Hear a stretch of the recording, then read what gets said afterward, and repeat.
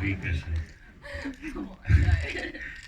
नहीं, एक्चुअली मैंने बहुत पर्सनली कनेक्ट किया था, मैंने पहले भी बात की है इसके बारे में, इस सब्जेक्ट के साथ, क्योंकि हमारा काम कुछ ऐसा है और शायद बहुत सारे काम ऐसे हैं जहाँ जब आप अपने मिड थर्टीज़ में आते हैं तो बड़े सारे नए लोग आते हैं, लोग उनके बारे में बड़े एक्साइटेड होते हैं, और अगर आप बहुत ज़्यादा हाई पे नहीं होते अपने करियर में तो आपको ऐसा लगता है कि यार क्या लोग भी मुझे उतनी इंपॉर्टेंस देंगे, इतने सारे नए लोग आ रहे हैं, इतना सब कुछ हो रहा है, एक तरफ तो ये बात होती है, सो यू वंडर कि जो आपने अपने लिए सोचा था या जो आपको लगता है आप करना चाहते हैं, जिसकी वजह से आप अपनी फैमिली से, अपने बच्चों से इतना दूर रहते हैं, वो होगा या नहीं होगा, और दो तरह के लोग होते हैं, मुझे ऐसा लगता है। 20s में तो सबके अंदर आग होती है यहाँ पे कि मैं ये करूँगा, मैं वो करूँगा, मैं सब कुछ करूँगा, और फिर लाइफ होती है, और मुझे लगता है 95-96% हिंदुस्तानी मर्द और कई औरतें शायद वो नहीं कर पाती जो वो करना चाहते थे, उनके जो अपने ख्वाब थे अपने लिए, उनको फैमिली के लिए, अपने पेरेंट्स के लिए,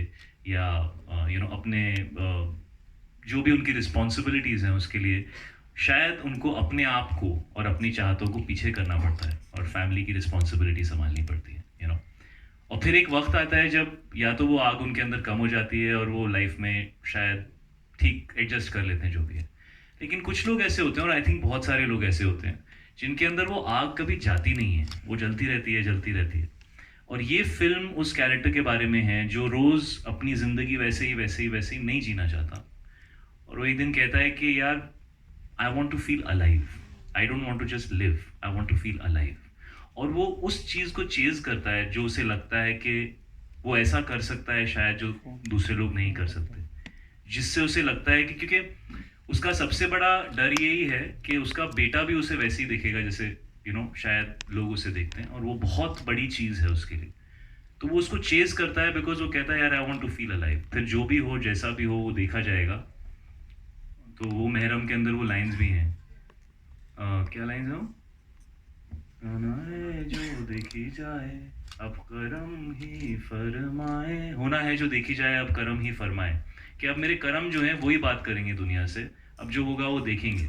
सो वो एटीट्यूड जो है, मैंने जब ओरिजिनल फिल्म देखी, इट ब्रोक माई हार्ट, मतलब it tore through my heart and it went and just I don't know connected with something so deep कि मैं इंस्पायर हो गया यार, बहुत मोटिवेट हो गया मैं, तो मुझे लगा कि ये कहानी तो मैं हिंदी ऑडियंस के पास लेके जाना चाहता हूँ। और किसी ने सवाल पूछा था कि डिले हो गई, टाइमिंग इंपॉर्टेंट होती है, आपने शायद यहाँ किसी ने सवाल पूछा था, तो मुझे एक्चुअली वियर्डली ये लगता है कि after Covid and after everything that has happened in the last 2 years, I feel ये फिल्म जो कह रही है ये हम सबके लिए बहुत ही एक बहुत इमोशनल एक्सपीरियंस होगा लेकिन आई थिंक बहुत मोटिवेटिंग भी होगा, तो दैट्स व्हाट आई फील।